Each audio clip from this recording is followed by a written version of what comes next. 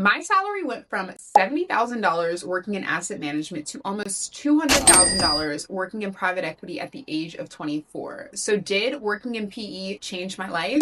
Absolutely. And in this video today, I'm going to tell you how you might be able to do the same. My name's Alyssa. I'm an ex-private equity professional turned MBA student at Columbia Business School. And I love talking about all things business, beauty, travel, lifestyle, but really I love making business simple for the babes. And if you find today's video helpful, I ask that you would like and share this with a friend, as it truly does support this channel and allows me to keep sharing information just like this. And with that, let's get into the video. Okay, so boom, let's start with my story. How did I even get interested in private equity in the first place?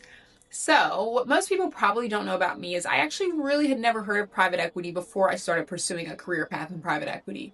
I was a year and a half into my role in asset management, so a literal year and a half into my career, and I was starting to feel a little bit burned out. Better yet, I was just feeling bored of the work that I was doing in asset management. I didn't feel like it was challenging me technically. I didn't feel like I was growing.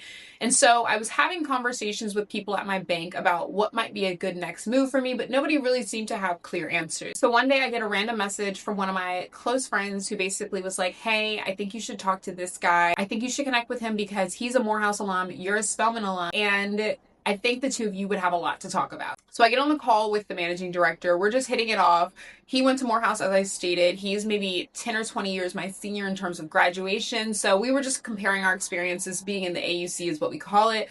And through the conversation, I kind of had told him, I was like, I'm really thinking about going to get my MBA at some point. I've done all the research on the websites, and for what I'm seeing, a lot of these competitive MBA programs, they really want to understand that you have technical rigor.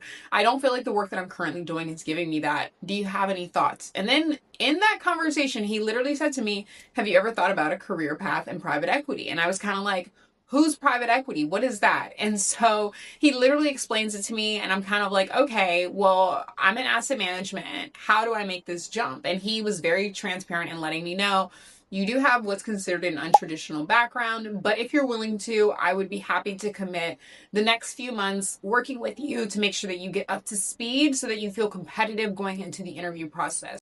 So I always say that this was some sort of divine intervention because one, I did not go seeking it, but two, it felt like it just came at such the right time, and it almost felt like it had been delivered to me in a nicely wrapped up package. And so for me, like praying on it, I was like, this feels so aligned.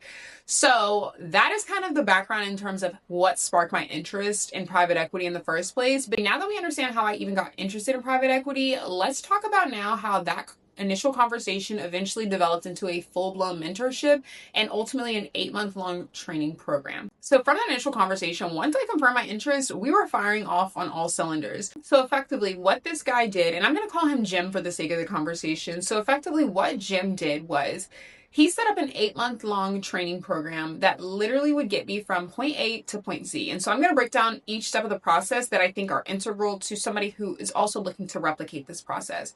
So first, it was establishing the fundamentals. For those who are not familiar with high finance careers, half the battle is just understanding the language. And as somebody who had been working in asset management, I kind of understood certain pieces of terminology, but a lot of it was just still very new to me. So for example, what's a security? What's an LBO? What is EBITDA? How do you even measure it? Things like that. I needed to establish a foundation before he could build upon it with some of the actual things that I would be doing in the role as a private equity associate. So literally for the first 2 months, he developed sort of this foundational program that I could use to just get me up to speed on the language. So there were 4 or 5 different modules that I leveraged. I think one was like an accounting module. Another was like a valuation module. There was an LBO module. There was like a financial statements module. It was just all of these things that were intended to give me a foundation.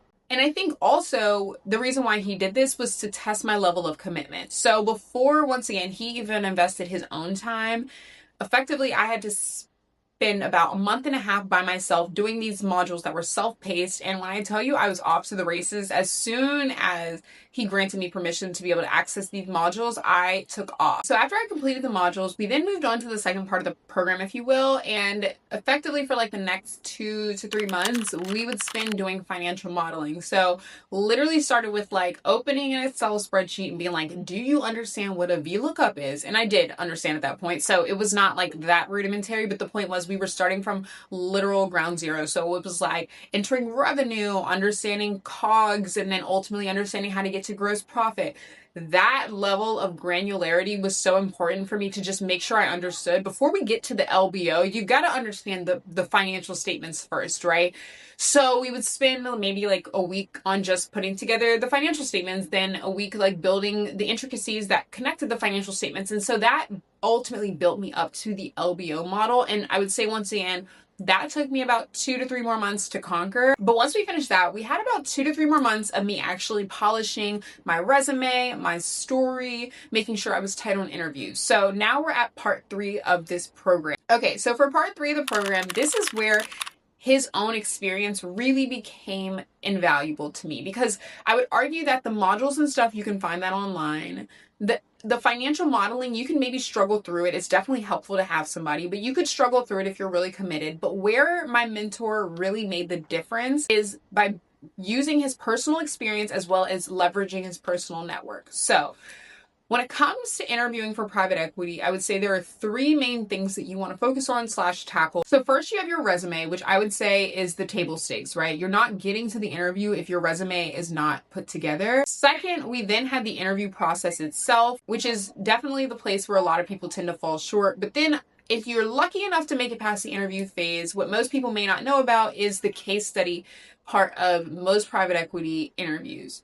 So let's go to the resume itself. So talking about the resume itself, my mentor was extremely valuable because I had already had a resume up to this point, but I didn't necessarily know what a private equity professional would be looking for in terms of experiences. So he was able to take my resume and say, this line item, we need to tweak it to make sure that it really emphasizes your technical experience. This line item we need to remove because it really doesn't speak to the work that we do here.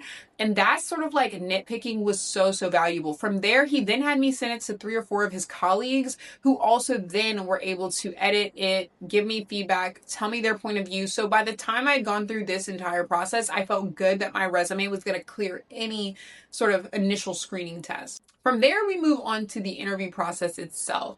The interview process itself, he was so great because he allowed me to do mock interviews. So mock interviews, I would highly recommend for most people because it will get you familiar with the cadence of the conversations. You'll be able to practice your story. You'll be able to help connect the dots. You'll be able to get people to tell you where things simply just don't make sense. And so once again, my mentor was extremely valuable as somebody who obviously has interviewed candidates to be able to say that answer didn't sound good or that wasn't a strong way to respond to that. He then also helped me out because he leveraged, I would say, 8 other people in his network that were private equity professionals, had me interview with them as well, which was super helpful because after a while of mocking with him, I just felt comfortable, which was not true to what I was going to be expecting in the real interview process. So by interviewing with different private equity professionals, I was getting a different set of questions, I was getting a different set of perspectives, and ultimately it helped me feel confident going into the interview. So by the time the interview came around, I felt like, you know what, I am going to knock this out of the park because I've done this so many times I could probably do it in my sleep at this point. All right, and then the final part of the interview process was the case study itself. So one part of the program that happened a bit earlier that I forgot to mention is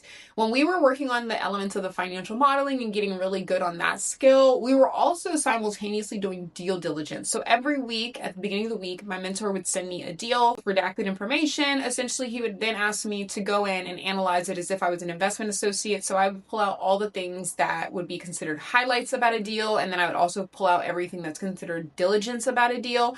And this was really important for me to do because ultimately when I got to the case study portion of the interview process, I was going to need that skill. So kind of giving you some background context, but now kind of fast forwarding back to where we are in this process.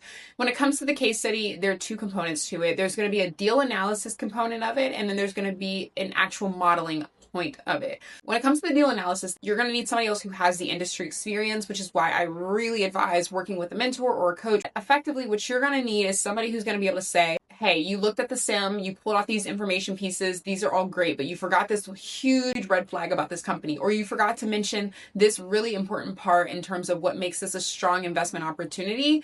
And so this was super helpful for me because once again, by the time I got to the interview process, I had done maybe 20 of these deal analysis. So I felt like I was once again doing something that I could have done in my sleep.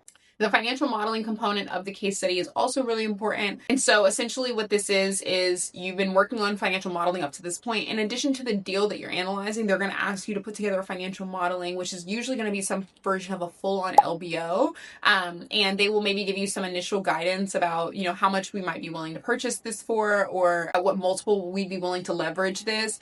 But for the most part, you're expected to come in with your own sense of rationale. And it's not so much about like you have to have a right answer, because there really is no right answer. It's just more about, how do you think about this deal? Are you calling out the most important parts of this investment opportunity? Are you also highlighting the red flags that we should be paying attention to? And once again, I think back and I'm like, if I had gone into this interview cold, could I have done it? Maybe, but I was so well trained from working with this mentor over time that I was able to ultimately succeed in this part of the interview process. So with that, because I know you guys are going to ask, Alyssa, like, where can I find a mentor? Where can I find a coach? No worries, I've got you covered. And in fact, I'd love to give a special shout out to today's sponsor for our video.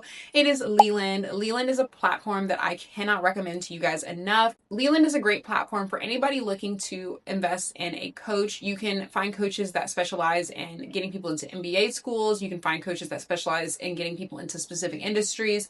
For the sake of this conversation, I would highly recommend you go seek out a private equity coach. There are tons on the platform, but the one that I would highly recommend is my friend, Derek Oliver. He is currently a second-year MBA student at Columbia Business School. Prior to business school, he worked in private equity. He's also president of the Private Equity Club here at Columbia Business School, and he recently accepted a full-time offer at a private equity firm post-MBA, so he knows his stuff. But if you were just curious about the platform in general and want to go find your own coach, what you can do is you can log onto the website. You can then filter down into the private equity section, or the private equity coaches, if you will. From there, I would then recommend that you use the filter option to get specific on the type of coach that you want, from the amount of money that you're willing to pay to the companies that they've successfully helped candidates land at.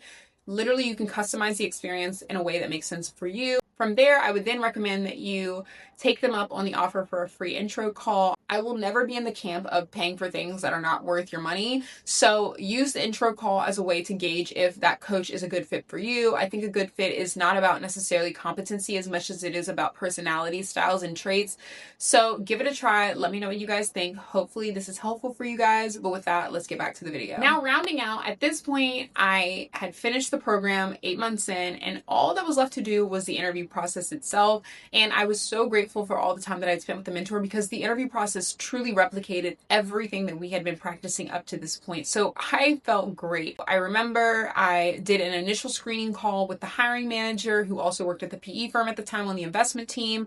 This initial conversation then turned into what I would call like a super day or a super week, if you will, where basically I interviewed with all of the senior leaders at the private equity firm. So I think I spoke with the senior associate on the team at the time. There was a managing director, or maybe two managing directors, and then there were 3 partners that I had to interview with, all on separate calls. The conversations were very much behavioral. Eventually we got to more technical questions, and I would say technical questions came from actually the more junior people that I was interviewing with. So I think the senior associate as well as the managing partner, while the behavioral sort of personality fit questions really came more from the partners. That interview process lasted about a week. At the end of the week, I then received an email from the hiring manager saying, you've moved along in the process. We would love to actually have you do a case study, which is exactly what I just discussed. So they sent me a case study on a Friday morning, and they asked me to return it to them by the following Sunday. So I had about 72 hours to work on it. And I essentially did all the preliminary diligence for a deal. I had to put together a deal analysis. I put together a financial model. I submitted both of them. And then maybe it was like 3 weeks later when I found out that I actually got the role. And that decision to jump completely changed my life. I will always be grateful for my mentor and everything that he taught me along the way, because I know for a fact the reason why I am where I am today is because of all that he invested in me. I truly cannot emphasize the importance of a coach, a mentor, or somebody who just knows what they are doing. Hope you guys found this video to be helpful. Once again, if you did, I would really appreciate it if you would like and subscribe, and I can't wait to see you all in my next video. Bye.